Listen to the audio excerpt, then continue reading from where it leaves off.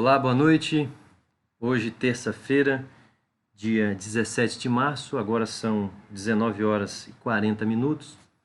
E nós iniciamos aqui a nossa terceira aula, o nosso terceiro encontro programado para o nosso primeiro período da turma de Direito da Faculdade Pitágoras em Governador Valadares. A nossa disciplina, que tem como fundamentos históricos do direito, bem como a introdução ao estudo do direito, nós estamos aí agora passando para o estudo do mundo grego, as contribuições e tudo que aquela sociedade antiga ela trouxe para a gente nos dias de hoje. É claro que será uma abordagem com alguns apontamentos, sabendo que nós temos um material de pré-aula, que diz aqui um pouquinho sobre a filosofia e a democracia. Nós temos um material de estudo que corresponde à aula e também nós temos um pequeno vídeo no pós-aula. Então, prezados colegas, alunos, nós temos aí o material já na plataforma para o estudo pré-aula, aula e pós-aula. E esta aula de hoje, esse vídeo, corresponde ao nosso bate-papo que teríamos de forma presencial. Mas em razão dos acontecimentos no mundo, no Brasil e aqui em Valadares, atendendo aí às orientações das autoridades e também seguindo, né, e sentindo assim mais seguros de acordo com o que a faculdade nos propõe, na preservação da saúde dos alunos e todos os seus docentes e discentes, nós vamos aqui para esse bate-papo na disciplina de Fundamentos Históricos e Introdução, e a matéria de hoje é o mundo grego, filosofia política, polis, Atenas e Espartas. Assista ao vídeo, a aula até o final, e nós teremos aí uma questãozinha no final do bate-papo, para depois, quando chegarmos no momento presencial, temos aí a oportunidade de conversar, né, e fazer a avaliação da nossa questão. Então vamos lá. Quando nós pensamos em mundo grego ou na Grécia Antiga, a primeira coisa que nos vem em mente é a filosofia, né, que lá é o berço da filosofia, entendendo que a filosofia é o amor ao saber, é o gosto pelo saber, é o gosto pela sabedoria, a contribuição política muito grande em razão das discussões que surgiam a partir do povo, dos cidadãos, não é? E também temos o teatro e poesia. Temos aqui um grande autor, escritor, Homero, que temos a Ilíada e a Odisseia. Aí nós lembramos, né, do cavalo de Troia, né, naquele momento de guerra, que muitos até assistiram o filme, enfim, mas existe uma obra. E também a obra A Odisseia, que retrata aí a viagem de Ulisses. Uma obra muito interessante, importante, que todos nós devemos ler, conhecer, e aqueles que têm oportunidade de também assistir um filme, né? Fica aí a critério. Bom, dentro do mundo grego, nós lembramos sempre da filosofia e a política como ponto de partida, certo? A partir do mundo grego, nós temos a formação do Estado helênico, típico, na qual teve seu apogeu no governo de Péricles, sendo que o apogeu de Atenas, lembrando que as duas cidades que se destacaram no mundo grego antigo, Atenas e Espartas, eu digo cidade, mas cidades-estados, foi Atenas no seu âmbito militar, sabendo que Esparta ela se destaca mais pelo exército, pelo militarismo, enquanto que Atenas mais no contexto social. Enfim, temos aí a partir do século IX a.C. um estado monárquico patriarcal. Então, as pessoas ou cidadãos gregos, eles surgiam a partir do nascimento e de uma esfera de privilégios, pensando que na democracia formada a partir desses cidadãos e nós vamos ver mais à frente, mas só adiantando, que naquela época nós tínhamos em 500 mil de habitantes, no contexto de Grécia, sabendo que nós tínhamos metade ou mais que a metade, ou seja, 60% de escravos que não eram considerados cidadãos. Nós tínhamos aí mais de 20 mil estrangeiros e os cidadãos, ou seja, aqueles, né, considerados cidadãos gregos, né, eram aproximadamente 40 mil. Então nós podemos perceber que não era uma democracia assim na qual nós podemos presenciar hoje. E o forte da democracia é esse termo eclésia, que significa hoje, né? Ele vem derivando até chegar na palavra igreja. Interessante, né? Igreja. Mas eclésia significa chamados para fora, quando os cidadãos eles se reuniam em um dado momento para discutir assuntos pertinentes ao contexto da sociedade.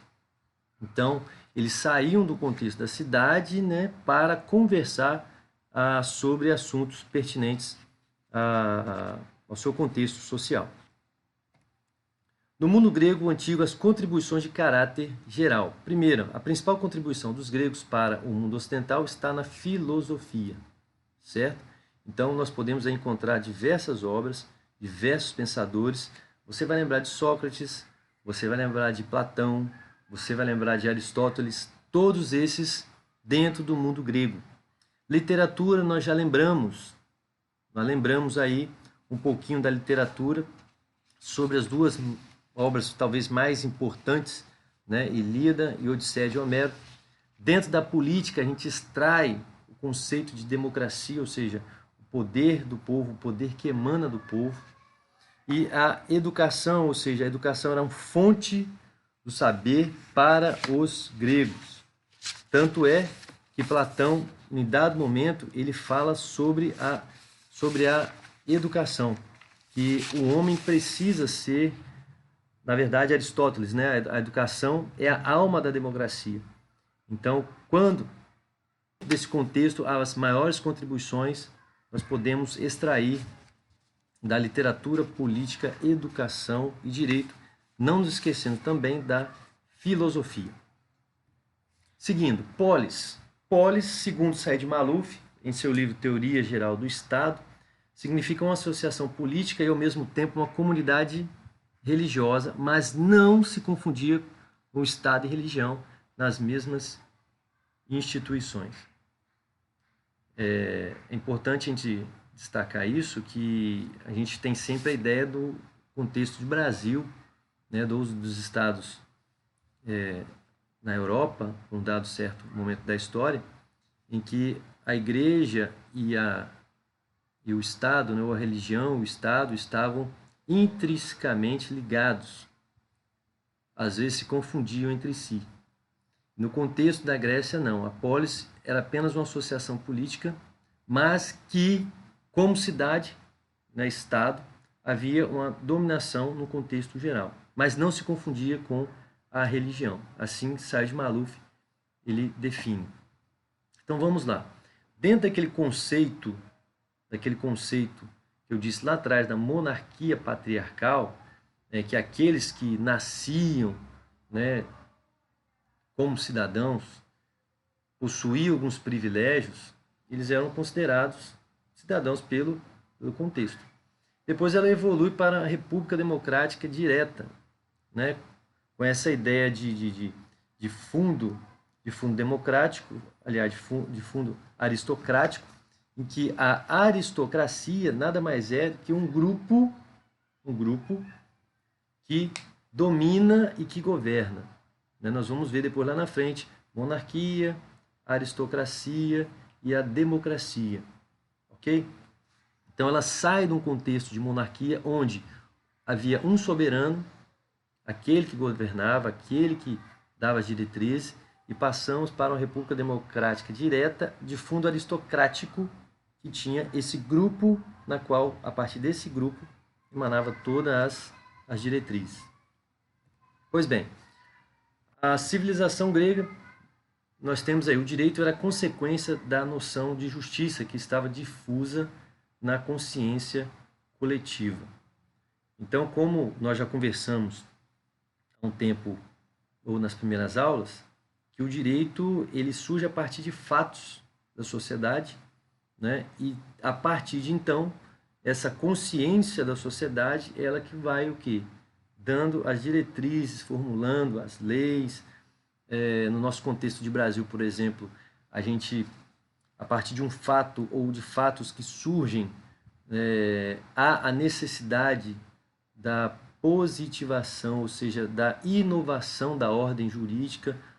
Em outras palavras, você começa a ter a necessidade de criar uma lei para ter a possibilidade de aí sim cobrar, ou numa esfera penal, por exemplo, ter a norma incriminadora determinada dentro do conceito ou princípio da taxatividade, na qual o Estado só pode fazer aquilo que a lei prevê, e dentro do princípio da legalidade também, que, segundo o artigo 1º, não há crime sem antes lei que o define. Então, dentro desse contexto, surge a necessidade de uma consciência dentro da sociedade para a criação do direito, ou a formulação do direito. Os pensamentos político-filosóficos, nós temos o primeiro aqui, nós temos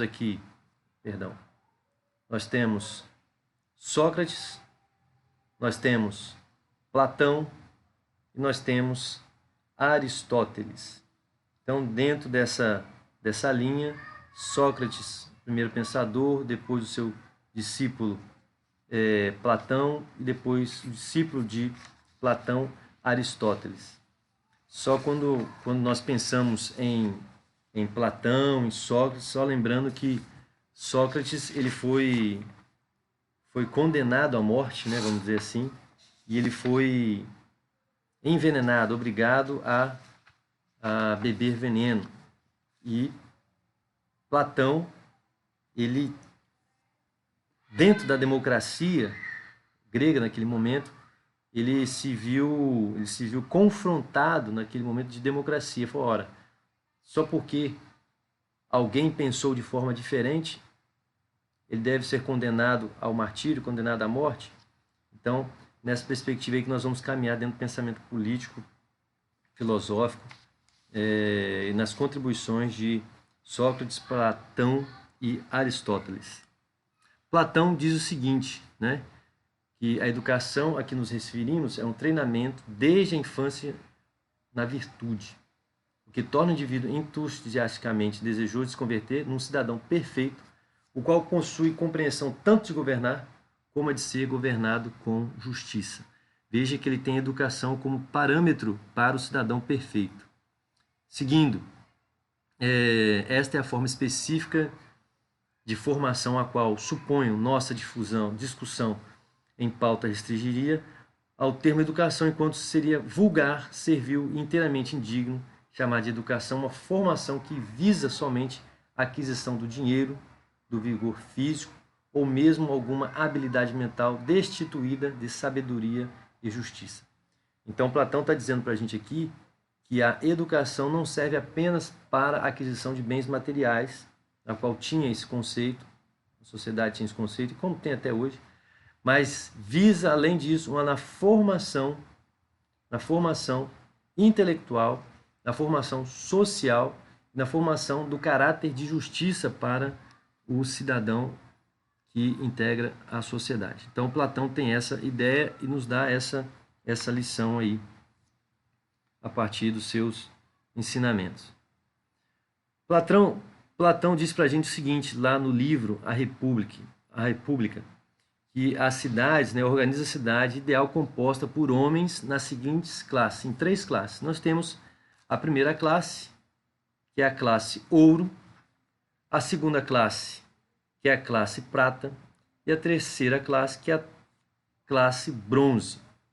Seguindo a ordem, né, a primeira classe seria a classe dos reis filosóficos, que, anote aí, reis filosóficos, que eles detêm ou detinham, né, a sabedoria, a coragem e a temperança.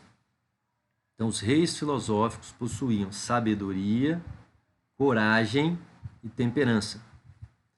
A segunda classe, formada pelos guardas ou guerreiros, eles detinham a coragem e a temperança. A segunda classe, nós temos os guardas ou guerreiros que detinham a coragem e temperança. E a terceira classe, a base da pirâmide da sociedade, nós tínhamos os produtores, né, que é a classe bronze, que era formada daqueles que tinham a temperança. Então, no primeiro momento, reis filosóficos, sabedoria, coragem e temperança. No segundo momento, ou na segunda classe, a classe prata, guerreiros ou guardas, que têm ou tinham coragem e temperança. E na terceira classe, ou a base, nós temos aqui os produtores, que na classe bronze detinham apenas a temperança, certo? Então vamos lá. Na primeira classe, nós temos os reis filosóficos, quem governa. Ou seja, na primeira classe, o Estado deve ser governado por aqueles sábios filosóficos, aqueles que detêm a sabedoria. Na segunda classe, eu tenho os guardas ou guerreiros, que nós temos quem decide, ou seja, decide a partir da vontade da classe ouro, não é? Que diz pra gente que havia no Estado o poder para defender a polis da subversão dos trabalhadores, ou seja, os guardas e guerreiros se colocavam como protetores da classe dominante, intermediários da classe dominante. E no terceiro momento, nós temos os produtores, ou a classe bronze, que detinham um caráter de temperança, que obedeciam os sábios. Logo, os trabalhadores estavam limitados à inteligência e à classe dominante, ou seja, estavam ali para obedecer. Estavam apenas para obedecer. Perfeito? Então vamos lá. Dentro desse ideal platônico, que nós vimos anteriormente, o Estado justo realiza a unidade. Dentro dessa perspectiva de unidade, aqueles que reinam, aqueles que protegem e aqueles que obedecem, nós temos um Estado forte, onipotente e totalitário, que detém o quê? Todo o poder. E daí você começa a imaginar aqueles estados absolutistas, né? Na qual emana o poder de cima para baixo, forte, onipotente e totalitário. Então veja bem, boas pessoas não precisam de leis para obrigá-las a agir responsavelmente, enquanto as pessoas ruins encontrarão um modo de contornar as leis. Isso é uma frase de Platão. O que Platão está dizendo? Olha, a sociedade em si, para a boa convivência, a partir de pessoas boas, é dispensável a criação de leis. Porque por que existem as leis? Na verdade, as leis existem, né, para corrigir, para criar limites. E quando pensamos no contexto de sociedade, vamos fazer um paralelo aqui, dentro do princípio da legalidade estatal, lá no artigo 37 nosso da Constituição Federal, existe o princípio da legalidade, na qual o Estado, representado pelos seus prepostos, só pode fazer aquilo que a lei determina, aquilo que a lei delimita. Então, veja bem, dentro desse contexto, ou desse conceito que Platão traz para a gente, as leis são criadas justamente para impor o quê? Limites às pessoas que contrariam o bom senso da convivência em sociedade. Não, volta. Vamos lá. Perfeito? Ainda dentro do ideal platônico, né? A propriedade privada. Todo cidadão deveria ter uma propriedade. Gente, o que é isso? Propriedade, nesse caso aqui, é no critério de isonomia. Para evitar as desigualdades, para não resultar nas desigualdades de fortuna. Então, dentro desse contexto de propriedade privada, Aí você vai lembrar também da nossa Constituição Federal, que fala sobre propriedade, o direito de propriedade. Nós temos outro conceito de instituição familiar, Conselho dos Sábios e o controle estatal. O Conselho dos Sábios aqui para o controle ou para os casamentos, ou seja, os menores, os mais jovens, deveriam seguir os conselhos dos sábios para instituir suas famílias.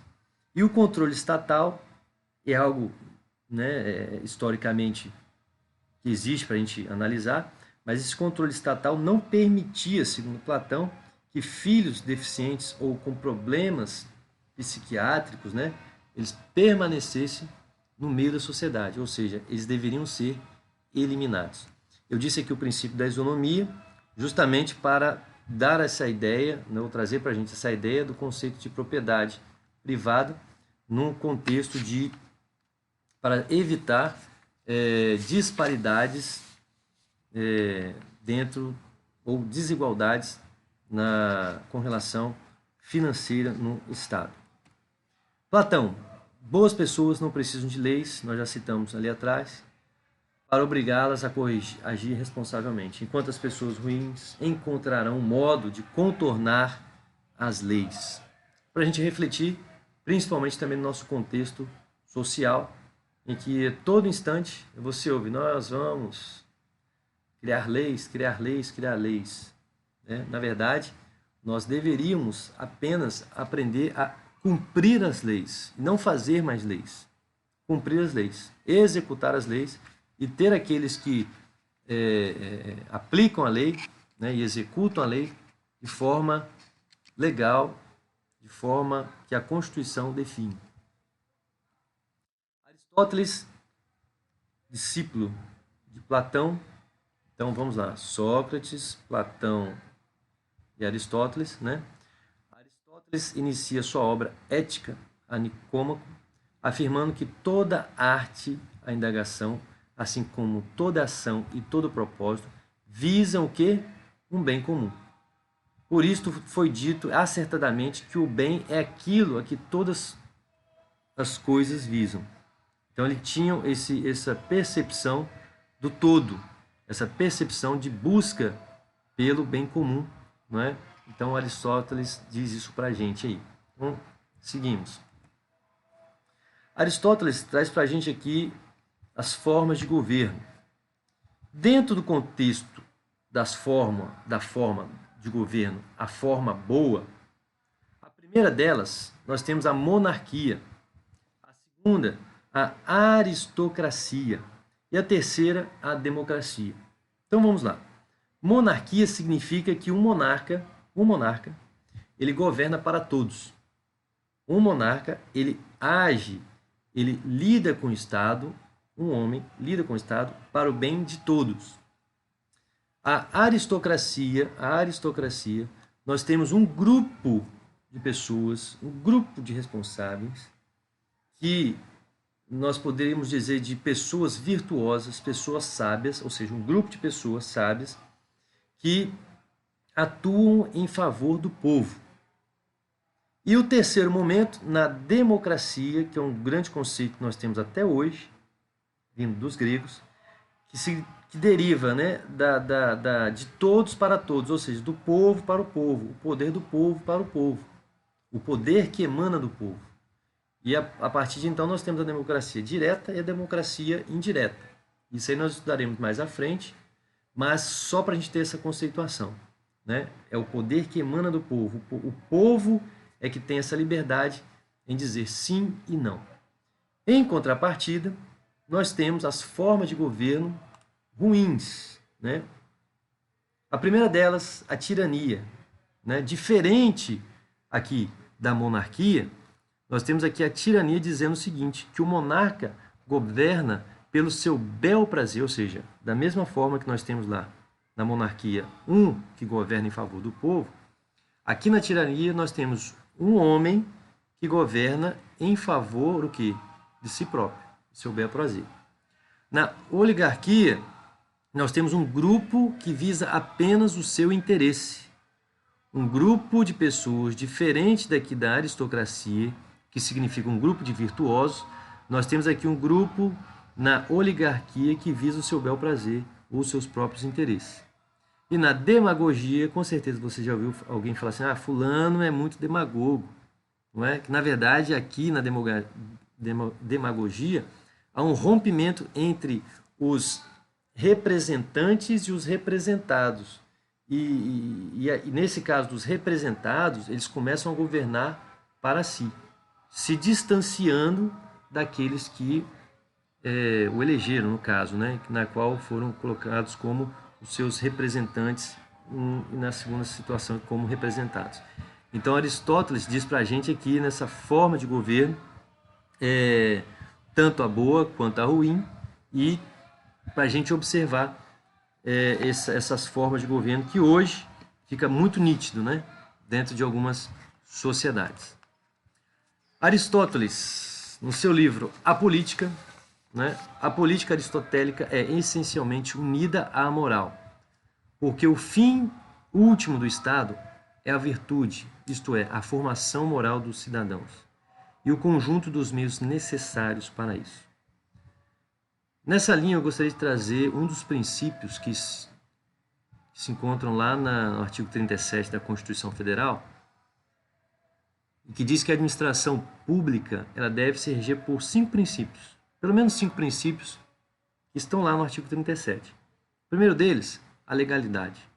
O segundo, a impessoalidade. O terceiro deles, a moralidade. O quarto, a publicidade. E o quinto, a eficiência.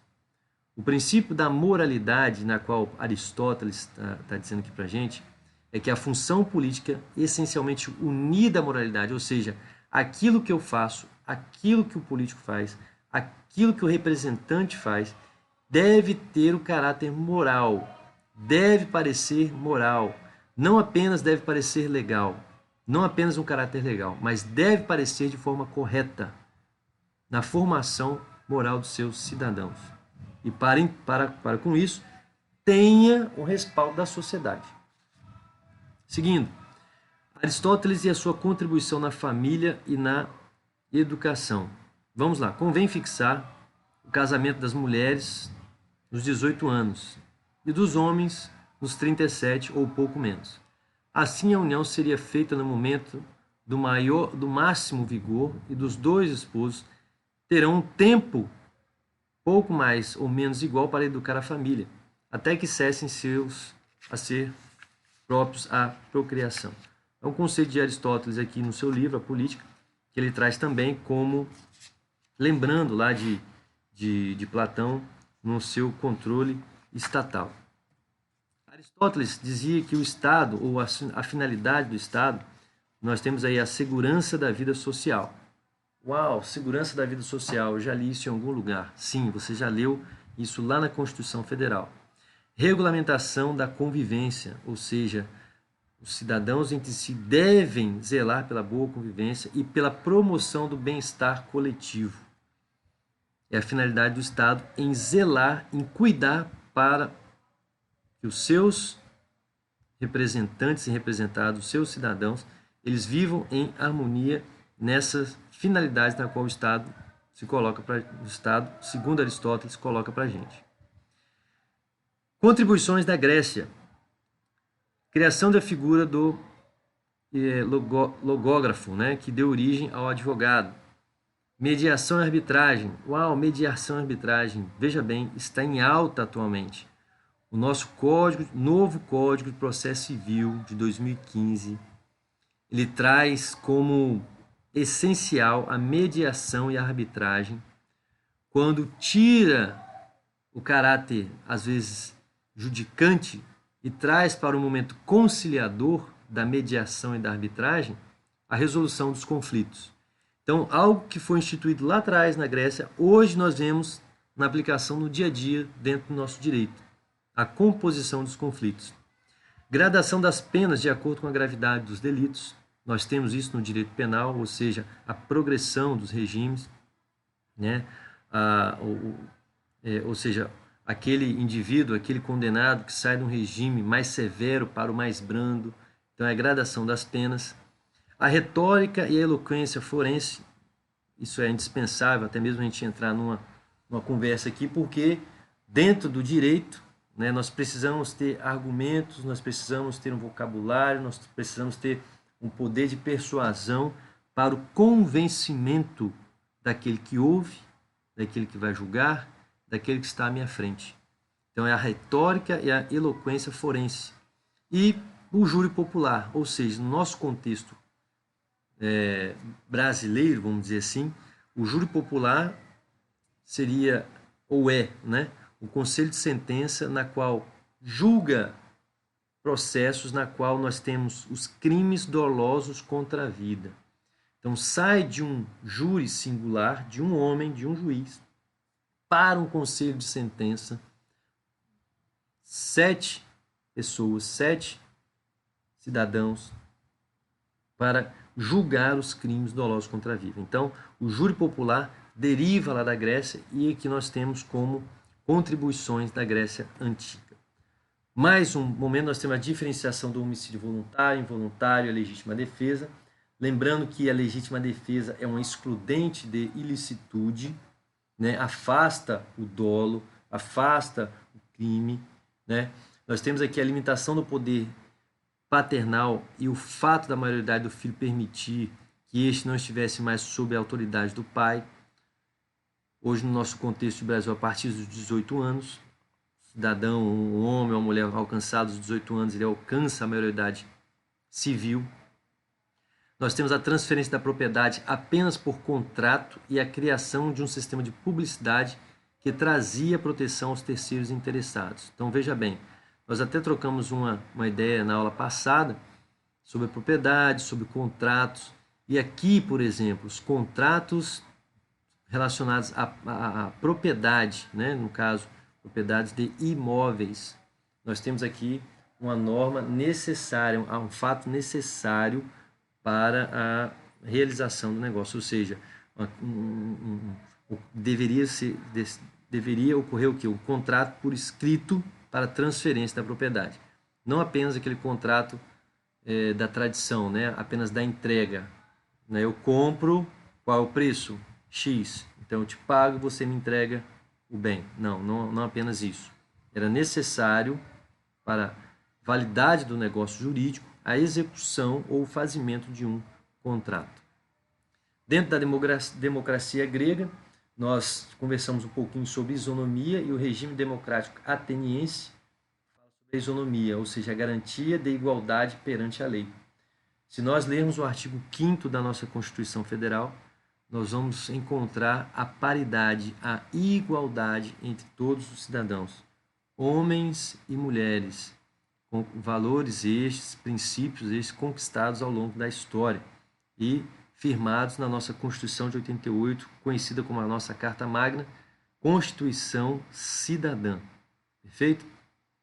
É lógico que na Grécia nós tínhamos aí uma exclusão, né, de escravos, estrangeiros e mulheres, quando apenas os cidadãos eram aqueles homens nascidos no território grego, certo? Muito bem. Chegando aqui ao final, voltei rapidinho de propósito. Chegando aqui ao final, como eu disse lá atrás, a nossa atividade será uma abordagem comparativa entre Atenas e Esparta. No conceito político, no conceito social, as contribuições para o direito. Então, dentro do nosso material de estudo, da nossa aula, da nossa pós-aula, nós conseguiremos extrair alguma coisa aí para resolver o nosso questionamento agora. Certo? Então, para a próxima aula, vamos dizer assim, né, se tudo correr bem, nosso próximo encontro presencial, nós estaremos aí conversando sobre as comparações entre Atenas e Esparta, né, ou seja, no caráter social, jurídico, econômico, militar, quais as contribuições para o nosso direito atual. Então, nós encerramos aqui o nosso bate-papo, a nossa conversa sobre o mundo grego. Aproveite para fazer e ler as atividades do portal, não se esqueça. E qualquer dúvida, eu estou à disposição. Eu enviei uma mensagem pelo portal e também através de uns colegas de classe sobre dúvidas que podem ser enviadas por e-mail, bem como pelo WhatsApp. Então, eu não vou colocar aqui o WhatsApp ao vivo, mas está lá na sua mensagem, também no grupo, seu grupo lá de WhatsApp da sua turma. Qualquer dúvida, estaremos aqui para bater um papo e conversar a respeito do mundo grego e sobre o que nós conversamos, sobre Platão, Aristóteles e as contribuições que nós temos aqui, principalmente no âmbito político e do direito, que eu lembro aí que vem falar sobre a democracia. Tá beleza? Então, um grande abraço, bons estudos e avante, Faculdade Pitágoras, avante!